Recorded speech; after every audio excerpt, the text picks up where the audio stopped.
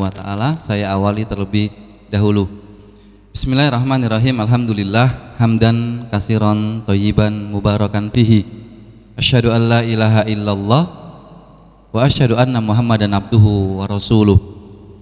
Allahumma shalli wa sallim wa barik ala sayyidil mursalin wa imamul abidin sayyidina wa maulana Muhammadin sallallahu alaihi wasallam wa ala alihi wa ashabihi ajmain, amma ba'd.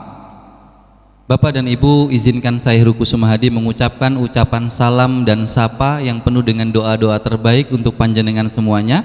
Wahaikum bitahiyatil ahlil jannah wa dinas salam. Assalamualaikum warahmatullahi wabarakatuh.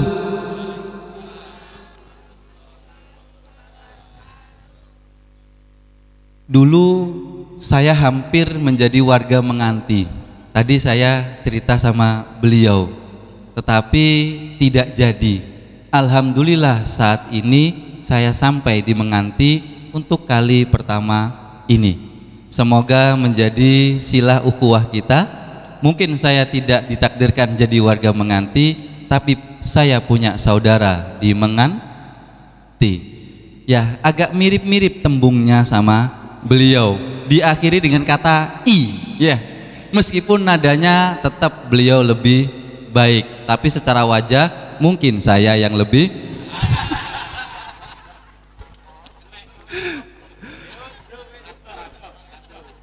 Karena alhamdulillah istri saya itu 4, Pak, Bu.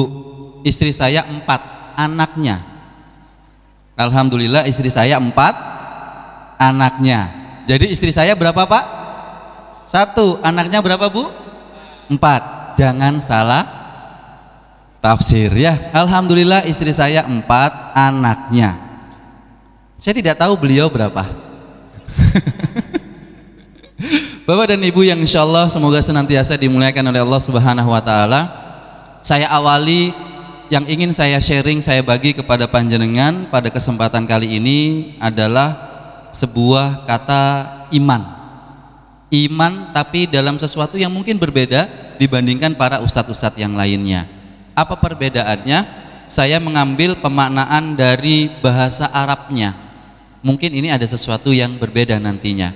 Maka izinkan saya Ruku Sumahadi berharap pinta kepada panjenengan, semoga duduknya kita, datangnya panjenengan, waktu yang panjenengan siapkan untuk acara pengajian umum Ahad pagi ini, Allah berkahi, Allah karuniai lapis-lapis rahmatnya, dan kita berharap semoga Allah ridhoi segala niatan kebaikan kita ini.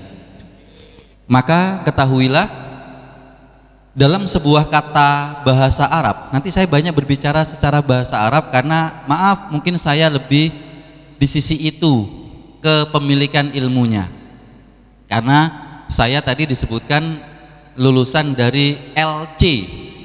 LC itu artinya banyak, ada lisens, ada LC itu lulusan Cairo.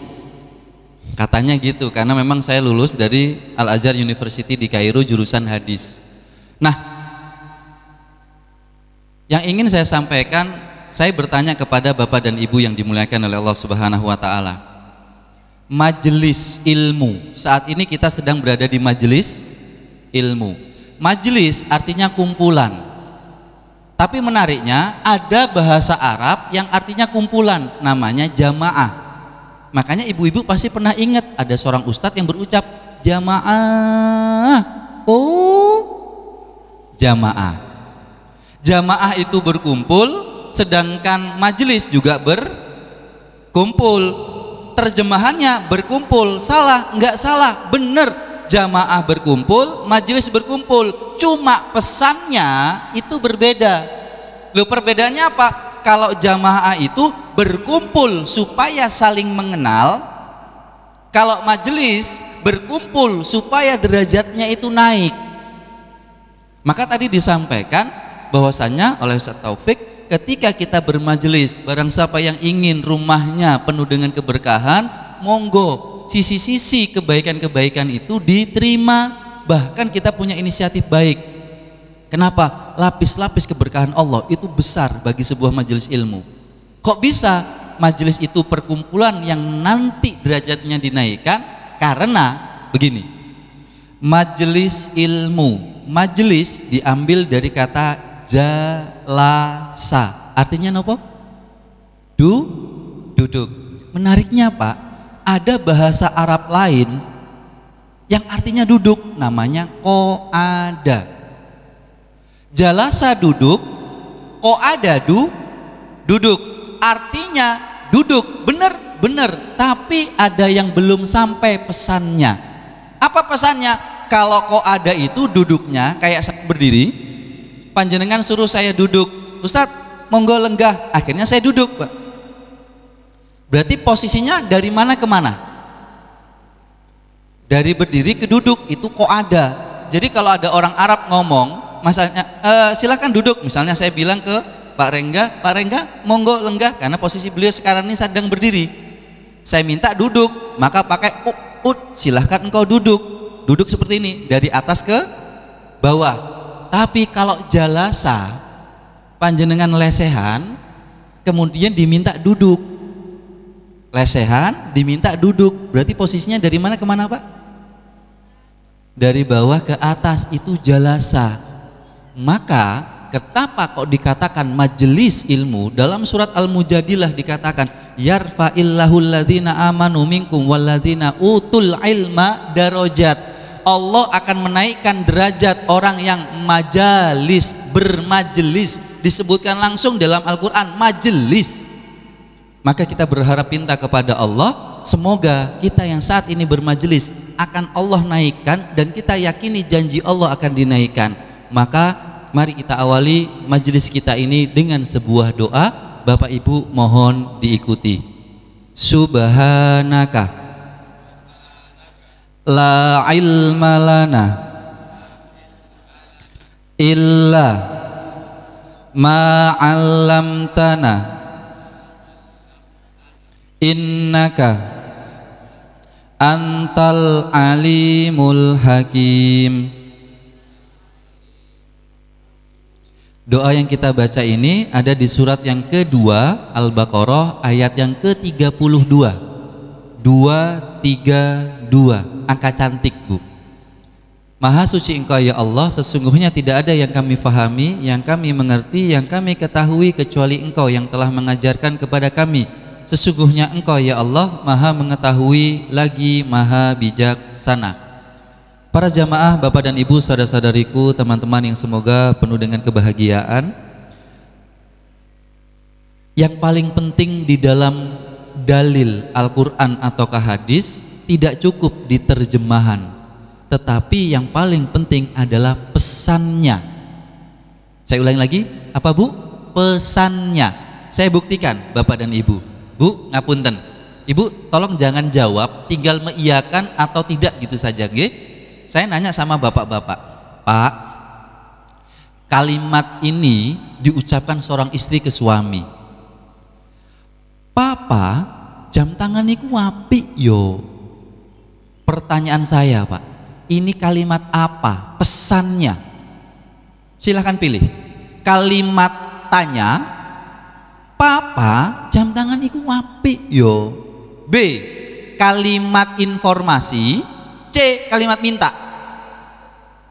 Ayo, yang mana Pak? Bu, jangan jawab dulu.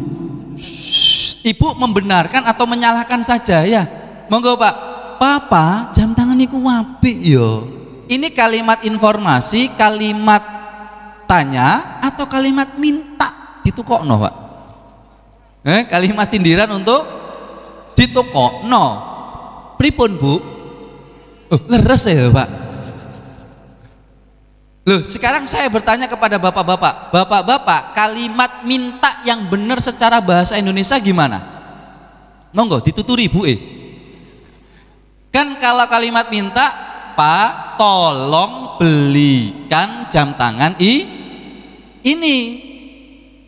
Itu kalimat minta. Tapi kenapa kalimat Papa, jam tangan iku apik yo? Kenapa kita artikan kalimat minta? Karena memang pesannya itu ingin dibelikan pesannya. Maka kalau panjenengan pahami definisi dalil, mau itu Al-Quran ataukah hadis, Dalil itu bunyinya seperti ini dalam bahasa Arabnya. Ma yumkinu at-tawassulu bi sahihin nadri fihi ila matlubi khabari. Terjemahan bebasnya, fahami pesannya. Contoh, saya sama beliau, tadi saya mengatakan mungkin saya lebih ganteng dari beliau. Belum tentu saya ganteng, bisa jadi beliau lebih ganteng. Yo enggak sampai elek. Tapi kalau saya katakan teman-teman mahasiswa ini, saya yakin teman-teman ini belum tampan, Bu. Belum ganteng Mas ini. Mas belum nikah kan? Kelihatan kok nasibnya. Belum nikah. Loh, kenapa saya katakan beliau tidak ganteng? Belum ada yang mengakuinya. Coba Mbak jujur, yang mahasiswi ini ya, saya nanya, nanti cari suami yang ganteng apa sih ngelek? Jujur Mbak, pasti yang ganteng. Berarti kalau laki-laki itu sudah punya istri, berarti laki-laki itu ganteng. Saya ganteng.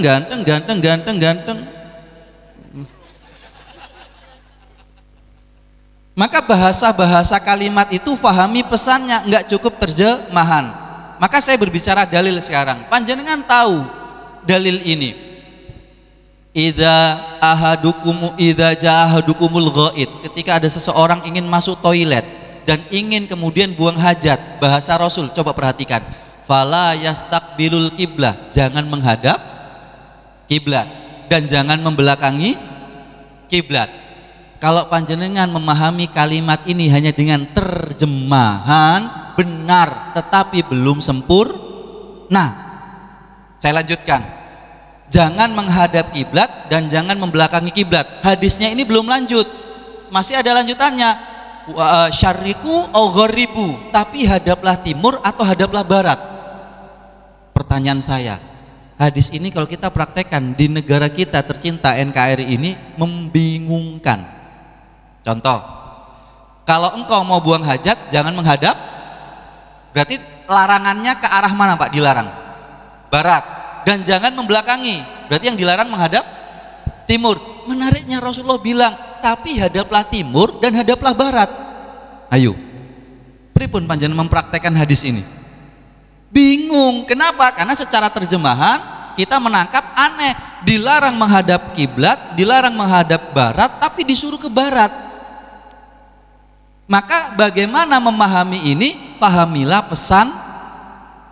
Ternyata pesannya bukan masalah arah, mata angin barat, timur, selatan, utara, tetapi masalahnya adalah di titik pesannya itu bagaimana kita tidak sama dengan yang saat di toilet itu dengan kiblat. Itu saja sebenarnya, bukan arahnya. Maka kalau kita perhatikan pesan-pesannya Allah itu perlu banyak wawasan, banyak ilmu, banyak pengetahuan, seperti yang panjenengan lakukan di pengajian umum Ahad pagi ini, mencoba untuk memahami pesan-pesan Allah melalui para ustadz, para kiai, para alim, para ulama. Untuk apa? Memahami pesan. Maka coba saya ingin berbicara dengan tema menyegarkan makna iman, menyegarkan kembali makna iman. Begini, saya bertanya kepada panjenengan, apa arti iman? Secara bahasa Indonesia, percaya. Ada lain Pak? Monggo ditandingi Pak. Ibu-ibu dibuat ya, yakin. Bapak Ibu, bahasa iman itu awalnya bahasa Arab, namanya al-imanu. Kalau bahasa Arab sekali lagi benar diterjemahkan oleh bahasa Indonesia percaya, tapi sekali lagi belum sempurna maknanya. Kenapa? Karena bahasa Arab adalah bahasa yang penuh dengan kedalaman makna. Jadi kalau saya ditanya al-imanu itu apa? Al-imanu itu adalah secara bahasa Arab al-yaqinu. Nah, menariknya iman diambil bahasa Indonesia menjadi iman, al-yaqinu diambil bahasa Indonesia menjadi ya yakin. Loh, percaya bahasa Indonesia murni, made in Indonesia asli. Gunakanlah produk Indonesia. Tidak salah, tapi secara makna ada perbedaan. Kalau yakin itu keyakinan tanpa kalimat tanya. Iman itu al-yakinu, yakin itu keyakinan tanpa kalimat tanya. Kalau percaya, yakin tapi kadang-kadang masih nanya. Saya buktikan. Tadi ternyata sama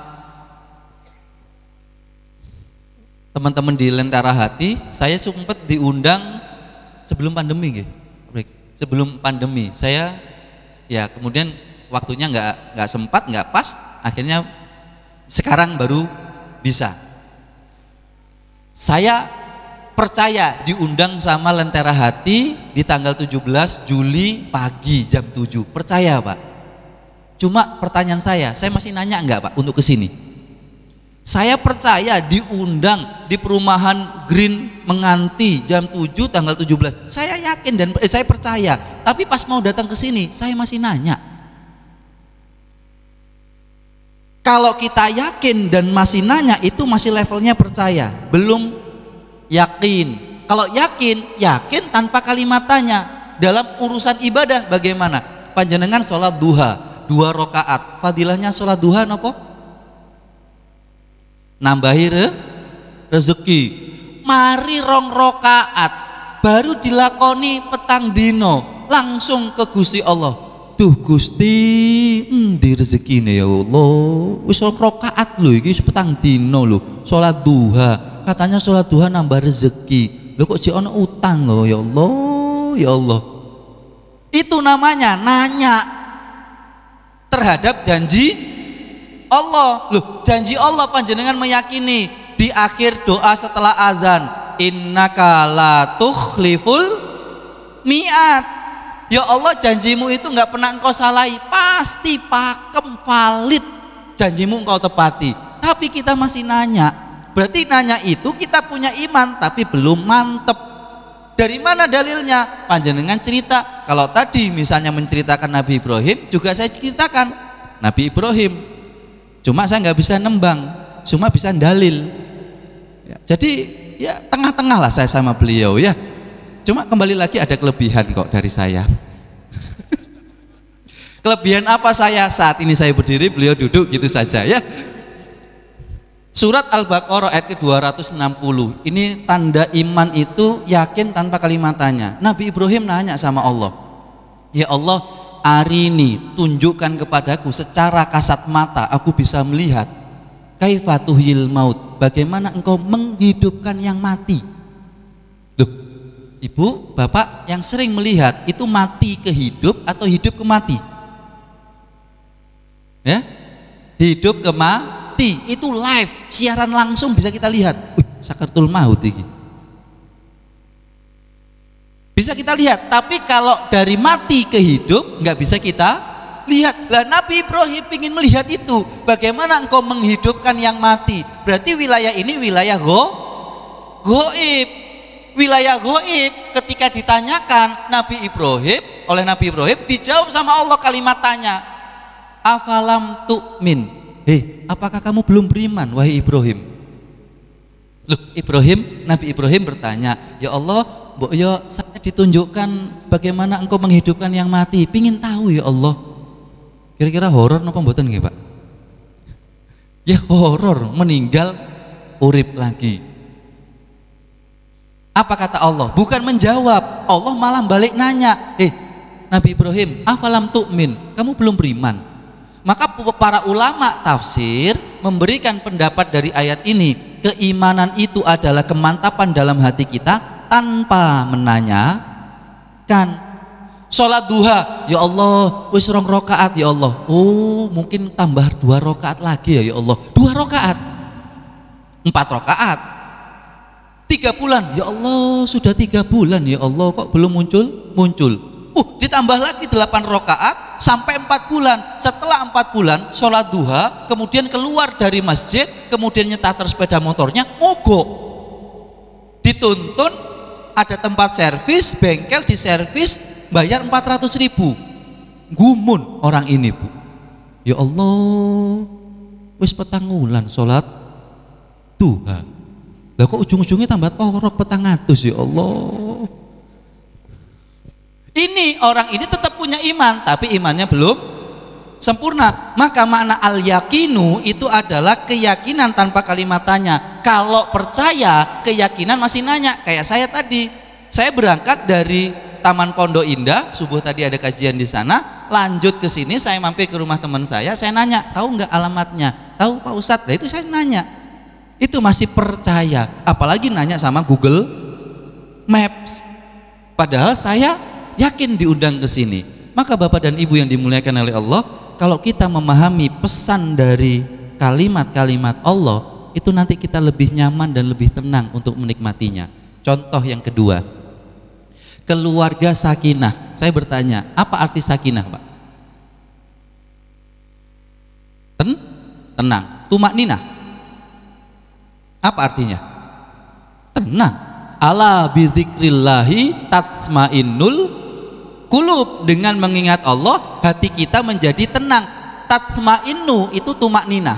Maka kalau kita temukan ada dua kata pada umumnya dalam bahasa Arab. Apa itu? Satu, sakinah. Dua, tumakninah, untuk menunjukkan ketenangan. Salahkah ini? Tidak salah, cuma kembali lagi belum sempurna pesannya. Loh kok bisa? Saya buktikan. Ngapunten, kalau sakinah untuk keluarga, kalau untuk ibadah, tumakninah untuk sholat. Kira-kira Pak, kalau sakinah sama tumakninah artinya adalah tenang. Pokoknya tenang. Ini berarti boleh ditukar. Tapi bisa nggak kita tukar? Contoh, bro, arep nikah tawakmu. Tak dongakno dadi keluarga tumakninah. Pernah dengar kalimat itu, Bu? Boten. Dan itu nggak bisa, Pak, karena maknanya beda. Masya Allah, ya Allah.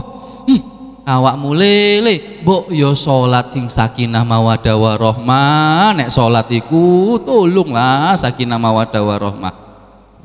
Enggak kan pernah kita temukan kan Pak ya, kalimat salat sakinah.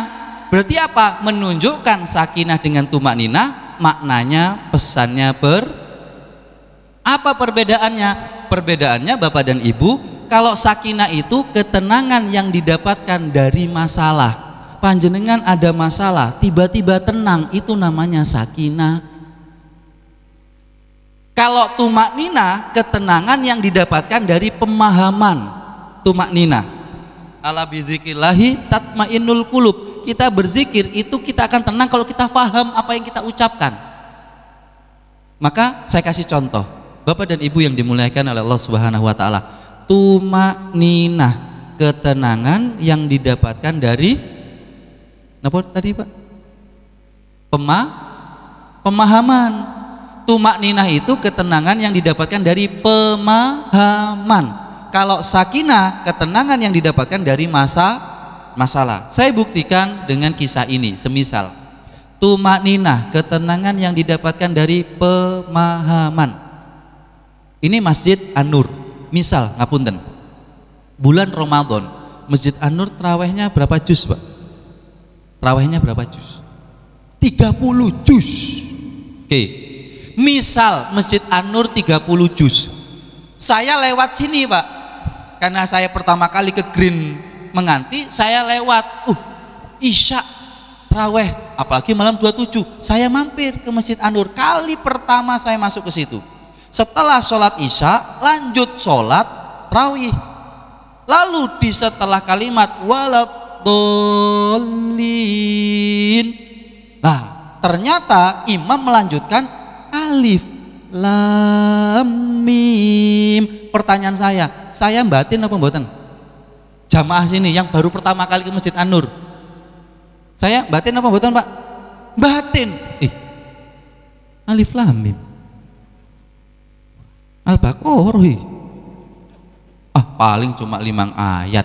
Ternyata benar, zalikal kitabul la raiba fihi hudal lil muttaqin. Saya batin paling 5 ayat. Loh ternyata sampai 25 ayat gurung mandek. Kira-kira saya tenang lagi apa enggak Pak? Enggak. Aisyah, waduh, paling cuma 50 ayat. Ternyata lewat 50 ayat, 51, 52. Pertanyaan saya, tambah tenang apa mboten Pak? Mboten. Intinya saya banyak batinnya. Apa batin ini? Gak ngerti imam iki masjid kono perumahan suwine rame iki. Ah nek ngene ngerti ngene ya wis. Gak rene meneh. Salat saya batin, Pak. Batin dalam salat yang bukan terkait dengan salat berarti ketidaktenangan. Itu contoh yang pertama. Contoh kedua, saya ke Masjid An-Nur pertama kali salat Isya lalu dilanjutkan tarawih. Cuma sebelum salat tarawih imam menginformasikan jamaah, jamaah di masjid kami An-Nur sholat tarawihnya menghatamkan 30 juz kata bapak tadi, dan itu dimulai pukul 8 dan berakhir pukul 2 malam. Dapat pemahaman saya, Pak, dapat informasi saya, dapat pengetahuan saya di masjid An-Nur 30 juz. Masih ingat untuk sholat tarawih Provinsi Jawa Timur masih memegang kendali rekor tercepat dan terlama. Jawa Timur tercepat masih dipegang Kabupaten Blitar. Masih ingat ya Pak ya? 7 menit selesai. Kabupaten Blitar nomor pertama untuk tercepat. Terlama di Temboro Kabupaten Magetan. Dimulai jam 8 berakhir jam 2 dini hari Pak. 30 juz. Pertanyaan saya, green menganti? Mau ngikut yang mana Pak? Mau yang cepet encok boyok? Ataukah, saya pernah nyoba Pak, saya buka laptop saya ya, YouTube-nya yang di Blitar itu, saya tirukan Bu. Ya Allah ya Robbi, wegel Pak, loworo Pak. Jadi saran saya, ojo sing cepet Pak, jangan 7 menit ya. Nah, pilihan terserah Anda. Mau 30 tapi kita nih kono jamaah ini 30. Imam tengah-tengahnya saja ya. Nah, pertanyaan saya sederhana Bapak Ibu. Kondisi saya yang pertama, saya tidak tahu di situ 30 juz. Dengan kondisi yang kedua, saya tahu dapat informasi dari imam, saya lebih tenang yang mana? Saat sholat. Kedua. Paling batin saya cuma satu. Yang pertama tadi kan batinnya macam-macam. Wah, macam-macam. Yang kedua, batin mungkin saya tidak terlalu tenang, tapi batinnya saya lebih tenang daripada yang pertama. Allahu Akbar. Alif Lam Mim. 30 juz. Gitu saja batinnya saya. Sampai ayat ke 100. Bener, 30 juz untuk gini. Itulah yang disebut dengan Nina. Semakin kita banyak memahami maka menghasilkan ketenangan, atau tadi ketenangan yang didapatkan dari pemahaman. Contoh yang lain, Bapak dan Ibu yang dimuliakan oleh Allah Subhanahu wa taala. Suatu saat sholat duhur, setelah sholat duhur saya dipanggil jamaah. Ustaz sebentar, ditanya, Ustaz baca apa kok cepet? Saya belum paham maksudnya, saya tanya, saya loh Ustaz, belum selesai Al-Fatihah, Ustaz ruku. Sholat duhur Pak. Singkat cerita, ditemukan permasalahan bacaan doa iftitah saya. Ternyata doa iftitah saya dengan beliau berbeda. Beliau yang lebih suka yang panjang-panjang, saya lebih suka yang pendek-pendek. Makanya kalau saya lihat wajahnya panjenengan, seharusnya panjenengan suka yang pendek-pendek. Ayo saya tanya, kalimat yang benar bagaimana Pak? Setelah membaca suratul Fatihah, bacalah surat pendek. Padahal bahasanya Rasul bukan surat pendek. Bahasanya Rasul adalah Iqra' ma tayassara minal Qur'an. Bacalah yang mudah bagimu dari Al-Qur'an. Lah, mudah sama kita diterjemahkan dulu guru TPQ kita bilang surat-surat pendek, akhirnya kita buyen sampai saiki nek sholat dewe surat pendek, padahal bukan surat, ayat pun boleh. Alif Lam Mim Allahu Akbar lu boleh Pak. Maksud saya apa yang ingin saya sampaikan pesannya di sini para jamaah, saya menggunakan bacaan doa iftitah yang pendek. Alhamdulillahi hamdan thayyiban katsiran mubarakan fihi. Langsung saya surat Al-Fatihah. Lah beliau yang cari yang panjang.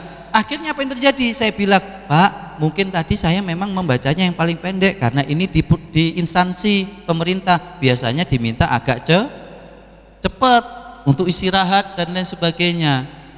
Beliau bilang, oh pantes Pak Ustadz, kok cepat? Ternyata apa? Beliau baru tahu ada doa iftitah, alhamdulillahi hamdan thayyiban katsiran mubarakan fihi, baru tahu.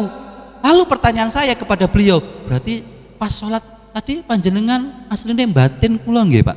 Loh nggih Pak Ustadz. Waduh, sholat memikirkan saya Bu, padahal sholat harus memikirkan Allah. Lah saya ini loh Bapak Ibu, memperdalam ilmu agama ini sebenarnya pingin dikenal sama Allah dan pingin mengenal Allah. Lah kok malah saya memperdalam ilmu agama ini malah dikenal sama panjenengan dan mengenal panjenengan? Berarti kan turun derajat Pak. Seharusnya kan lebih tinggi Allah. Saya pingin dikenal sama Allah kok malah dikenal panjenengan. Berarti di luar ekspektasi saya sebenarnya. Tapi nggak apa-apalah, Allah kan kadang-kadang harus menurunkan derajatnya Allah itu. Seperti kita. Maka di beberapa ayat Allah kan mengatakan man dzalladzi yuqridullaha qardon hasanah. Siapa yang mau menghutangi Allah? Siapa yang mau menghutangi aku? Berarti kan Allah menurunkan untuk apa? Memotivasi hambanya untuk memberikan yang terbaik di jalan Allah. Bapak dan Ibu yang dimuliakan oleh Allah Subhanahu wa taala, maka yang terakhir di sini saya ingin menyampaikan tentang makna sakinah. Karena sakinah adalah hasil dari iman. Panjenengan coba bersani. Rukun iman ada nah kan mulai mboten fokus sampunan wis setengah jam mboten fokus. Aduh, rukun iman ada kan, rukun Islam ada nah niku lho Bu, ya Allah ngapunten kula aslinipun sampai jam pinten toh? Ngapunten Pak, sampai jam pinten toh Bu? Pak, jam 2. Wih, panjenengan puas saya lemas.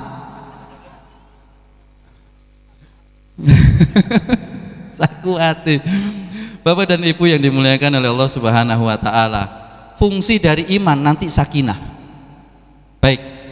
Rukun iman ada 6. Rukun iman pasti terkait dengan yang gaib apa yang nyata? Gaib. Gaib itu enggak kelihatan. Coba perhatikan Pak. Rukun iman pertama kepada Allah, iman kedua kepada malaikat, iman ketiga kepada kitab, iman keempat kepada nabi dan rasul, iman kelima kepada hari kiamat. Saya tutup dulu di sini, masih ada yang rukun iman nomor 6. Menariknya nomor 1 sampai 5 semuanya gaib tapi tanpa ada informasinya. Allah gaib tapi ada informasinya. Allah itu seperti Asmaul Husna yang dikisahkan. Allah itu maha pemberi rezeki Allah. Jadi kita bisa membayangkan Allah itu gini. Kedua, malaikat meskipun gaib tapi ada informasinya. Malaikat punya sayap, bukan sayap suci. Kalau sayap suci holy wings, nggak ada hubungannya. Malaikat suci tapi sayapnya bukan diartikan sayap suci ya.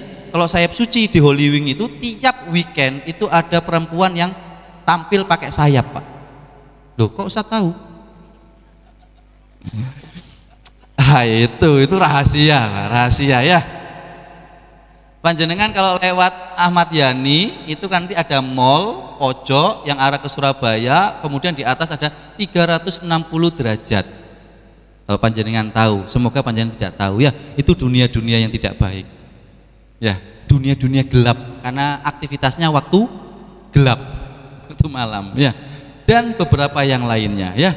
Jadi kalau panjenengan masih penasaran kok saya tahu ya, nanti setelah ini aja Pak ya, sesi lain saja ya, karena saya sudah memberitahukan ke beliau tadi Pak Agus juga dakwah saya itu seperti apa sebenarnya. Jadi panjenengan mungkin masih meraba-raba, masih batin-batin, saya yakin beliau sudah tidak batin ya. Bapak dan Ibu yang dimuliakan oleh Allah, malaikat gaib tapi ada informasinya, punya sayap. Surat Fatir ayat yang pertama. Yang ketiga, kitab gaib. Kita nggak tahu Zabur, Taurat, Injil bagaimana, tapi kita langsung bisa melihat Al-Quran. Ada.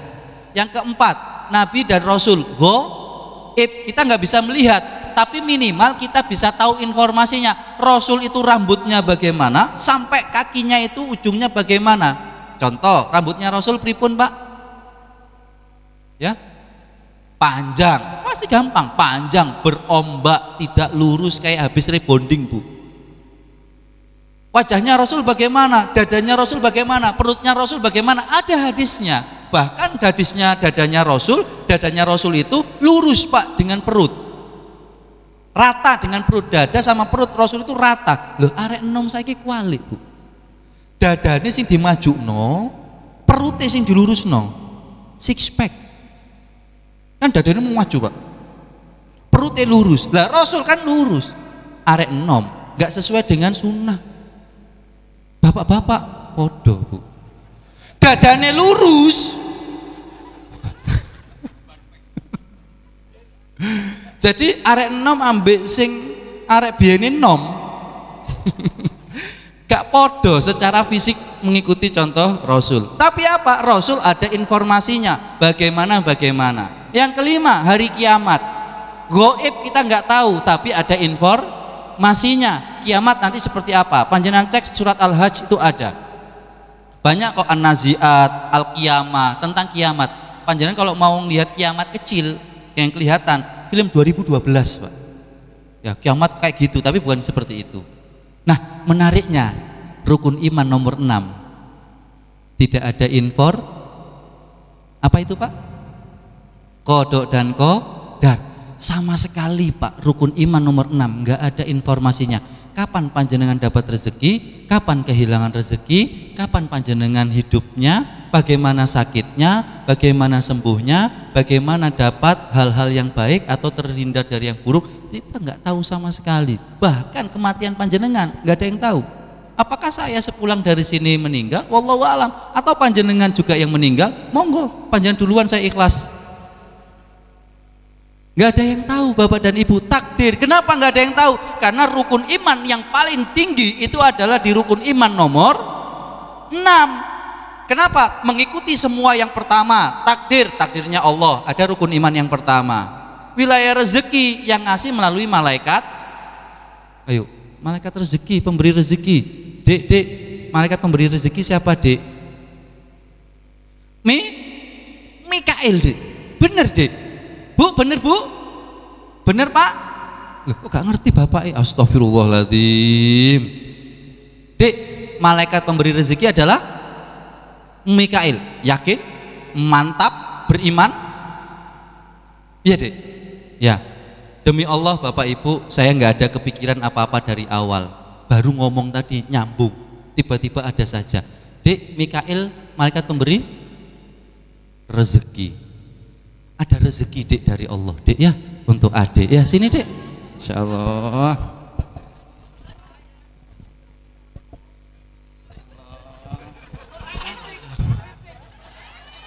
Seratus, Dek. Bersyukur nggak, Dek? Dapat 100. Bersyukur. Kata Allah itu, Dek, kalau bersyukur itu rezekinya ditambah. La in syakartum la azidanakum. Bersyukur ya, Dek, ya. Ini, Dek, ya. Ditabung ya. Barakallah. Bapak itu bersyukurnya itu kalau pakai arti tambahan secara matematika, Bu. Barang siapa yang bersyukur akan Allah tambah. Tapi tambahnya di sini itu kebanyakan kita mengartikan matematika. Nek untuk HP siji bersyukur untuk HP loro. Nek sepeda motor siji bersyukur siji dapat HP sepeda motor 2. Nek bersyukur istri 1, gak wani bapak-bapak, gak wani nembung, gak wani melanjutkan, karena saya tahu aslinya, Bu, bapak-bapak ini berani untuk 2, Bu.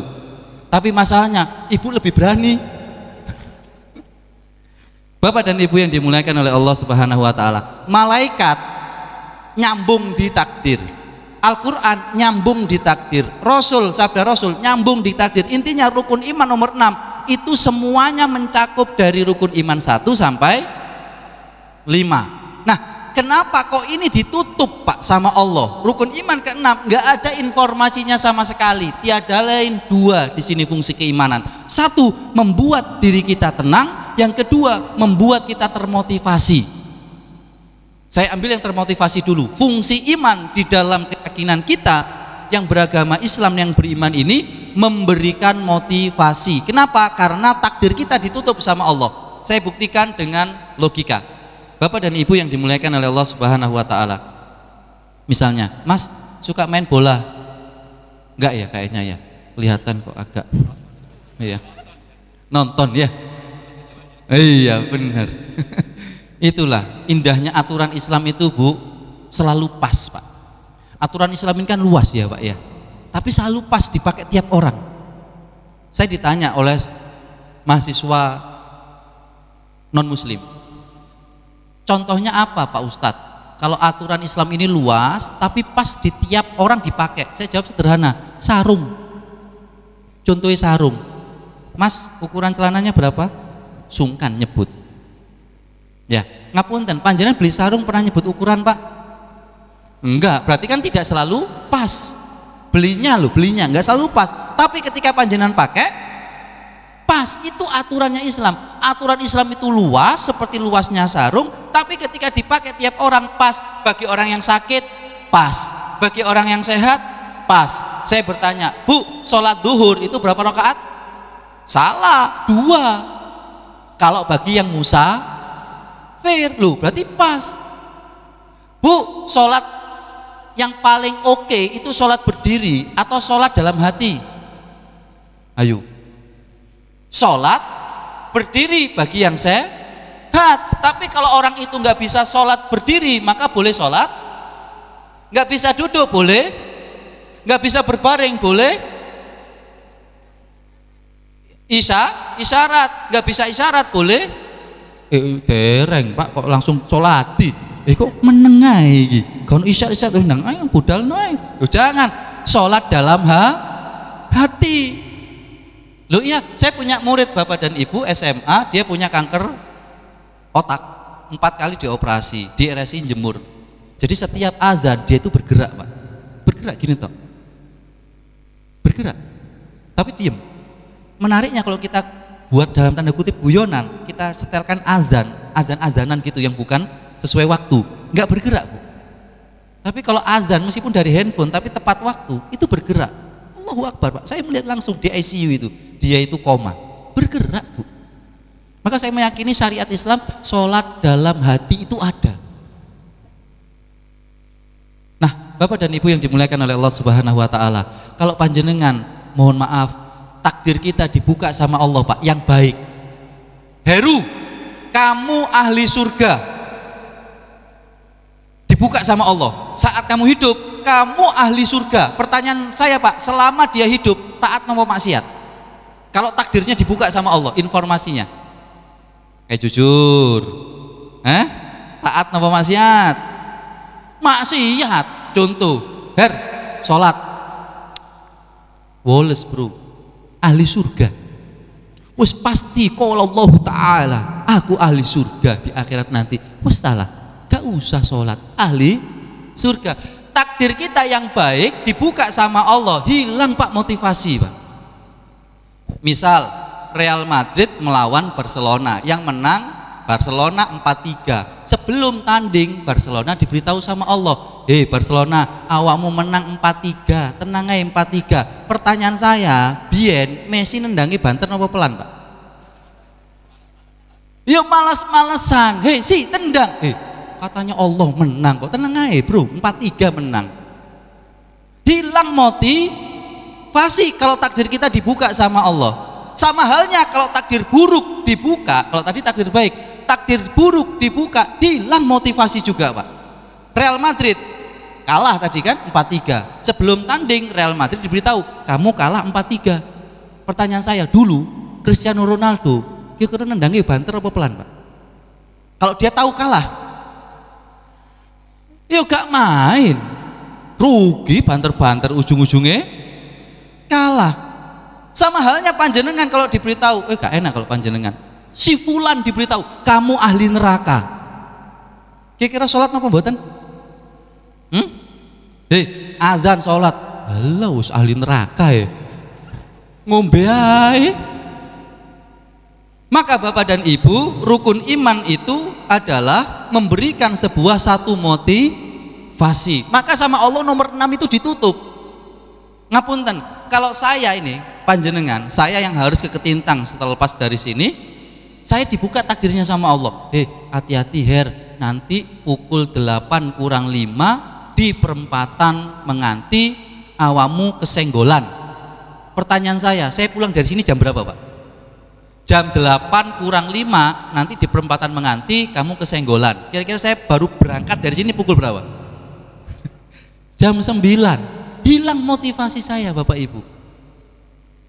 Itu fungsi iman kalau kita punya iman. Yang terakhir, fungsi iman menenangkan. Tatmainnu tadi itu sakinah itu tadi. Kalau kita banyak paham. Apa maknanya? Jujur kita akui, dari semua rukun iman yang membuat kita tidak tenang adalah rukun iman nomor 6, takdir. Kita nggak pernah nyalain Allah, kita nggak pernah nyalain malaikat, kita nggak pernah nyalahin. Yang biasanya kita salahin adalah takdir. Ya Allah ya Gusti, kok yang ini ya Allah, wis sedekah lho, wis infak, wis ndonga, ya kok kena musibah. Kemarin subuh hari Sabtu saya dicurhati seorang ibu. Ustaz, apa salahku ya Allah Ustaz, aku ki yo wapi taat ini. Lah kok putraku Ustaz kok kena HIV. Putraku lu gak ngapa-ngapain Ustaz, kok kena HIV. Apa ujiane Gusti Allah ini? Kebanyakan kita menyalahkan takdir. Kita nggak pernah Pak menyalahkan rukun iman pertama. Tahu Pak? Wah, panjang rukun iman pertama disalahkan. Ya Allah, ya Gusti, salah panjenengan. Nggak mungkin. Menyalahkan malaikat, apalagi? Kok mesti ngamuk malaikat Israel pripun, Pak? Nah, maka saya tutup di sini, Pak. Biarkan yang goib itu goib. Yakini dengan keimanan kita bahwasanya apapun yang Allah takdirkan, apapun yang Allah berikan, pasti akan ada kebaikannya. Karena Allah nggak pernah menzalimi kita. Surat yang keempat ayat ke-40. Innallaha la yadlimu misqala dzarrah. Sedikit pun Allah itu nggak pernah menzalimi kita. Kalaupun ada keburukan, kita yang bikin. Maka ketika kita mendapatkan permasalahan-permasalahan, yakinilah, imanilah, pasti akan ada solusinya, akan ada ketenangan. Itu namanya sakinah. Tiba-tiba kita punya masalah dan tiba-tiba kita kemudian punya solusi. Siapa yang ngasih solusi? Allah. Makanya satu ayat terakhir sebagai penutup, surat ke-48 ayat yang keempat, angka cantik 484. Huwallazi anzala sakinata fi qulubil mu'minin liyasdadu imana ma'imanihim. Allah yang menurunkan sakinah, ketenangan di mana? Bukan di akal, tetapi di hati. Untuk orang-orang siapa? Yang beriman. Bahkan nanti ditambah lagi keimanannya dengan cara Allah, walillahi junudus samawati wal ard. Di langit dan di bumi ada tentaranya Allah. Jadi beliau-beliau ini bisa jadi tentaranya Allah. Maksudnya bagaimana? Allah memberikan ketenangan, kita memikirkan pakai akal. Gak mungkin ya Allah, gak mungkin pakai akal. Tenang tidak hati ini, tapi Allah memberikan nyes ini, tiba-tiba ada orang membantu kita. Orang yang bantu kita ini adalah walillahi junudus samawati wal ard, tentaranya Allah yang Allah utus, yang Allah gerakan hatinya untuk membantu kita. Percaya tidak percaya seperti itu, dan saya yakin panjenengan pasti pernah mengalami itu.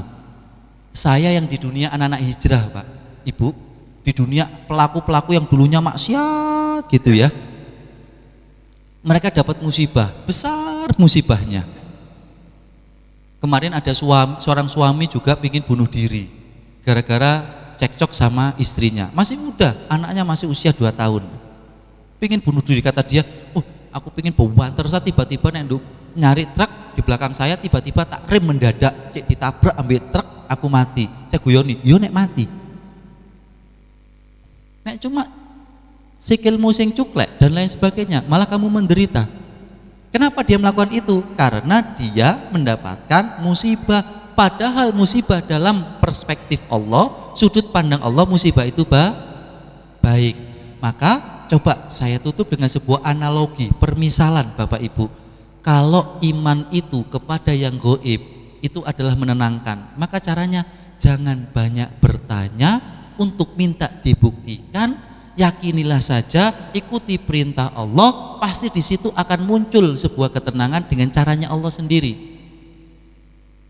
Saya buktikan, Dek, tadi malaikat apa pemberi rezeki? Mikail.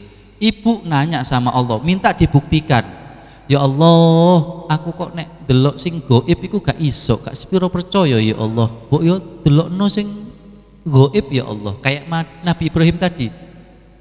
Sing api-api ae sing ganteng-ganteng ae malaikat ya Allah, pingin ngerti malaikat iku gaib iku piye sih. Nek gaib gak sepiro percaya ya Allah. Tolong ya Allah, delokno sing ketok ya Allah. Muncul, Bu. Malaikat celing. Lalu malaikat memperkenalkan, Bapak Ibu yang dimuliakan Allah, perkenalkan nama saya Malaikat Israel. Saya bertugas pagi ini. Pertanyaan saya, panjenengan yang bisa melihat malaikat, tenang apa mboten? Mboten. Yang sebelah sana langsung wurr. Yang sana wurr, yang paling dekat astagfirullahaladzim, astagfirullahaladzim. Yang teringat la ilaha illallah, la ilaha illallah, la ilaha illallah. Enggak tenang hidup. Maka biarkan yang gaib di wilayah gaib dengan cara kita imani. Dengan itu kita lebih tenang. Panjenengan kalau minta yang gaib dinyatakan, kalau belum waktunya hilang ketenangan kita, Pak.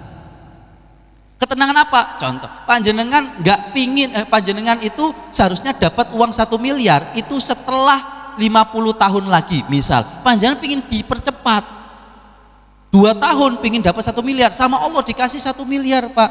Apa yang terjadi? Bisa jadi hilang ketenangan. Panjenengan pakai ini ke Holy Wings, hilang ketenangan, Pak.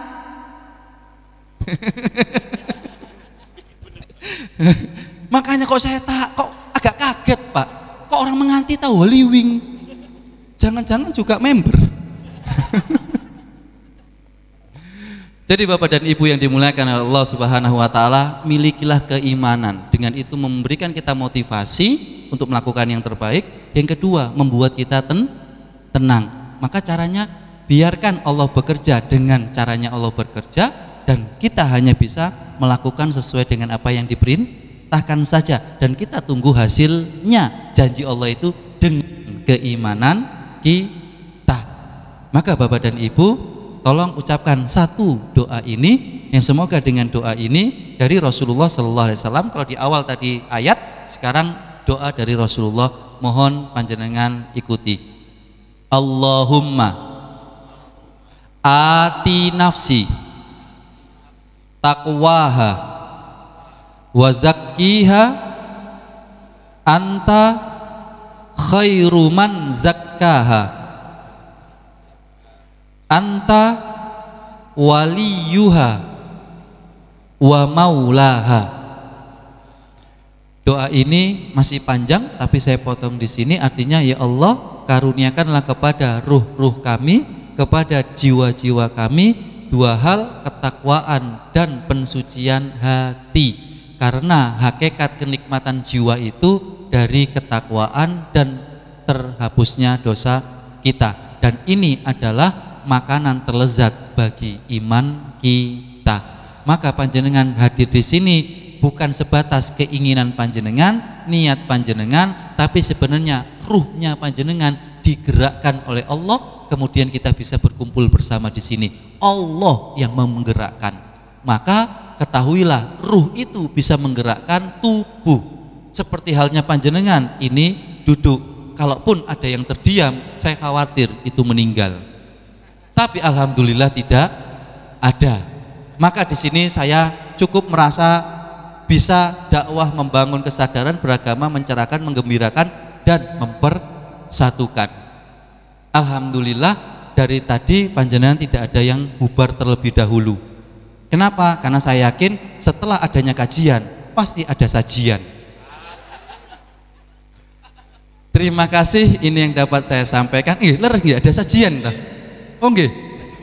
Sudah toh? Oh alhamdulillah. Bapak dan Ibu yang dimuliakan oleh Allah Subhanahu wa taala, mari kita tutup dengan sebuah doa. Semoga Allah ridhoi, semoga Allah berkahi kehidupan panjenengan dan keluarga panjenengan. Bismillahirrahmanirrahim. Alhamdulillahirabbil alamin, wassalatu wassalamu ala Rasulillah sallallahu alaihi wasallam. Allahumma ya Allah ij'al jam'ana hadza jam'an marhuma wa tafarraqana min ba'dihi tafarraqan ma'suma. Ya Allah, jadikanlah pertemuan kami adalah pertemuan yang penuh dengan rahmat-Mu, rahmat yang berbentuk kenikmatan, kebahagiaan materi, ataukah rahmat yang berbentuk solusi dari problematika hidup kami. Dan jangan Kau pisahkan kami ya Allah kecuali ampunan telah Engkau berikan kepada kami.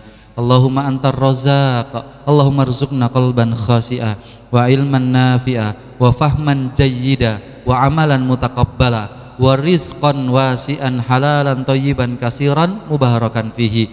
Allahumma antal wahhab fahab lana ya Allah wa ahlana wa auladana wa ikhwanana wa akhwatina min ahlil iman wa min ahli tuqa wah min ahlil Quran, wah min ahlil ilmi, wah min ahli salatil jamaah, wah min ahlil birri walidaini, wah min ahli ukhuwah islamiyah, wah min ahli sihah wal afiyah, wa la tajal wa iyahum ya Allah min ahli syarri wad dhair.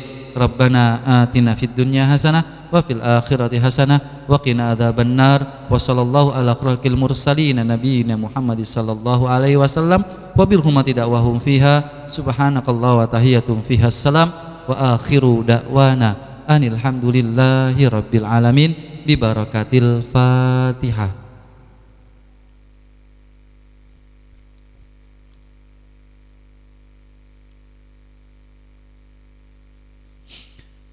Bapak dan Ibu, saudara-saudariku yang terakhir, saya yakin istrinya panjenengan ada yang di rumah, putranya panjenengan ada yang di luar, pun juga suami mungkin tidak bisa bergabung di sini. Tapi kita berharap suami kita, istri kita, anak-anak kita yang tidak di sini tetap bisa mendapatkan pahala dari majelis ilmu kita. Maka kita tutup dengan sebuah doa. Doa ini bukan doa, tepatnya ucapan dari ahli surga. Diriwayatkan oleh Imam Muslim, suatu saat ada seorang ahli surga masuk ke surga. Lalu kemudian di surga ini dia mencari orang tuanya, anak-anaknya, pasangannya. Ternyata tidak ditemukan, Pak. Orang tuanya, anaknya dan pasangannya. Nanyalah ahli surga ini ke malaikat, ya malaikat, di mana keluargaku, pasanganku, istriku, suamiku dan anak-anakku? Apa kata malaikat? Malaikat, lam yablugu darajataka. Mereka yang kamu cari belum sampai derajatnya sama dengan derajat engkau sebagai ahli surga. Maka apa yang diucapkan oleh ahli surga ini mengucapkan, dan tolong panjenengan juga mengucapkan ini. Tolong diikuti. Qad amiltu li walahum.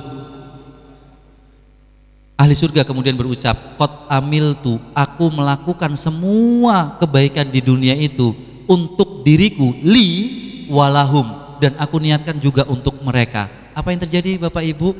Saudaranya, temannya, pasangannya, keluarganya kemudian dinaikkan oleh Allah menjadi ahli surga karena ucapan qad amiltu li walahum. Maka izin saya menyampaikan satu amalan ini, bahwasanya setelah kita melakukan apapun kebaikan, tolong ditutup dengan kata qad amiltu li walahum. Kita niatkan ini untuk semua keluarga kita, karena kita berharap tidak hanya berkumpul dengan keluarga di dunia, tapi juga bisa berkumpul di surganya Allah Subhanahu wa ta'ala. Maka selepas dari ini, panjenengan pulang ke rumah, panjenengan buka surat ke-52 ayat ke-21, 5221, 5221. Itu ada kisah dari hadis ini, bahwasanya adanya satu surga untuk satu keluarga.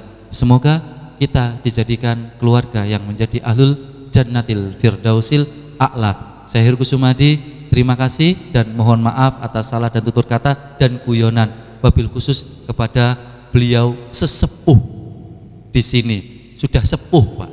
Ya, jadi kita berharap semoga selalu ukhuwah ini terjalin penuh dengan keberkahan. Wabillahi taufik wal hidayah, waridho wal inayah. Wassalamualaikum warahmatullahi wabarakatuh.